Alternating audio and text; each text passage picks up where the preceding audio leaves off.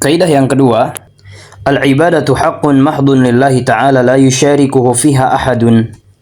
Ibadah adalah murni hak Allah Subhanahu wa taala. Tidak ada satupun yang berserikat dengan Allah Subhanahu wa taala pada hak ibadah ini. Maka tidak boleh ada satu ibadah yang dipalingkan kepada selain Allah Subhanahu wa taala. Ibadah ini wajib hanya diperuntukkan untuk Allah Subhanahu wa taala semata, la syarikalah, tidak ada serikat untuk Allah Subhanahu wa taala.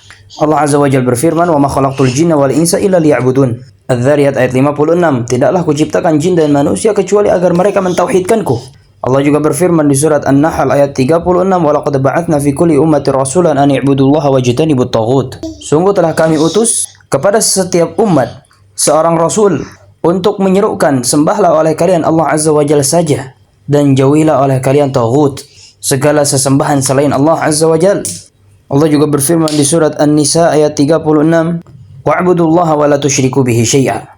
Sembahlah oleh kalian Allah Subhanahu wa taala semata dan janganlah kalian berbuat syirik kepada Allah Azza wa Jalla dengan sesuatu apapun. Nabi SAW juga pernah bersabda, "Haqqullahi 'alal 'ibadi an ya'buduhu wa la yusyriku bihi syai'a." Hak Allah yang wajib ditunaikan oleh para hambanya adalah menyembah Allah Subhanahu wa taala semata dan tidak berbuat syirik kepada Allah Subhanahu wa taala dengan sesuatu apapun. Ada beberapa faedah yang perlu diperhatikan. Yang pertama, definisi ibadah. Kullu ma yuhibbuhu Allah wa yardah minal a'mal wal aqwal adh-dhahirah wal batinah. Ibadah adalah segala sesuatu yang Allah Subhanahu wa taala cintai dan ridhoi, baik itu perbuatan ataupun ucapan, yang nampak ataupun tersembunyi di dalam hati. Kemudian faedah yang kedua, bahwasanya tolak ukur suatu perbuatan atau ucapan itu adalah ibadah. Tolak ukurnya adalah Al-Quran dan Sunnah Nabi SAW yang sahih. Dan ada beberapa perincian mengenai hal itu. Perincian yang pertama, untuk mengenali perbuatan atau perkataan itu dianggap sebagai ibadah, yang pertama adalah semua perbuatan atau ucapan yang diperintahkan oleh Al-Quran atau hadis Nabi SAW, maka dia adalah ibadah. Yang kedua, setiap perbuatan atau ucapan yang dipuji oleh Al-Quran atau As-Sunnah, hadis Nabi SAW, bagi siapapun yang melakukannya, maka itu adalah ibadah. Yang ketiga, setiap perbuatan atau ucapan yang disebutkan oleh Al-Quran ataupun hadis Nabi SAW mendapatkan pahala, maka itu adalah ibadah. Yang keempat, setiap perbuatan atau ucapan yang diancam oleh Al-Quran ataupun hadis Nabi SAW, maka tatkala seseorang meninggalkannya, maka itu adalah ibadah. Maksudnya adalah tatkala seseorang meninggalkan sesuatu yang dibenci oleh Al-Quran ataupun hadis Nabi SAW, atau yang diancam oleh Al-Quran ataupun hadis Nabi SAW bagi siapa saja yang melakukannya, maka bentuk peninggalannya itu dianggap sebagai ibadah. Contohnya adalah minum khamr.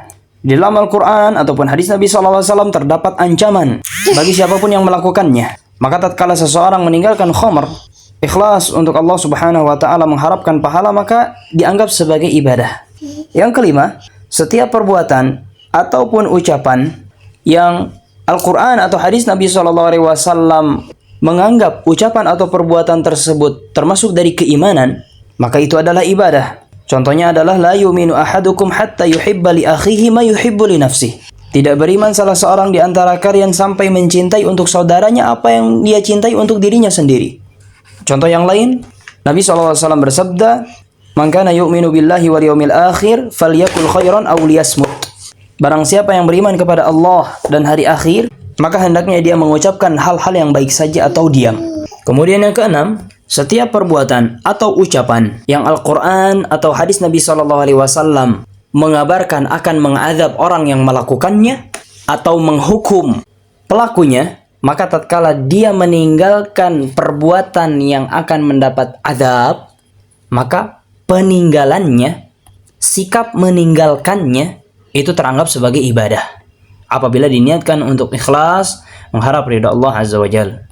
Bentuk-bentuk ibadah itu bisa muncul dari amalan hati, seperti contohnya cinta, takut, mengharap, tawakal. Apabila hanya diperuntukkan untuk Allah Azza wa Jalla, tidak mencintai kecuali hanya mencintai Allah Subhanahu wa taala, cinta ibadah. Tidak takut kecuali hanya kepada Allah Subhanahu wa taala, tidak mengharap kecuali hanya kepada Allah, tidak tawakal kecuali hanya kepada Allah. Maka ini adalah bentuk-bentuk amalan hati yang teranggap sebagai ibadah. Ibadah juga ada yang berupa ucapan, seperti zikir atau doa dan lain sebagainya. Dan ibadah juga ada yang berupa perbuatan seperti sholat, zakat, haji, dan lain sebagainya.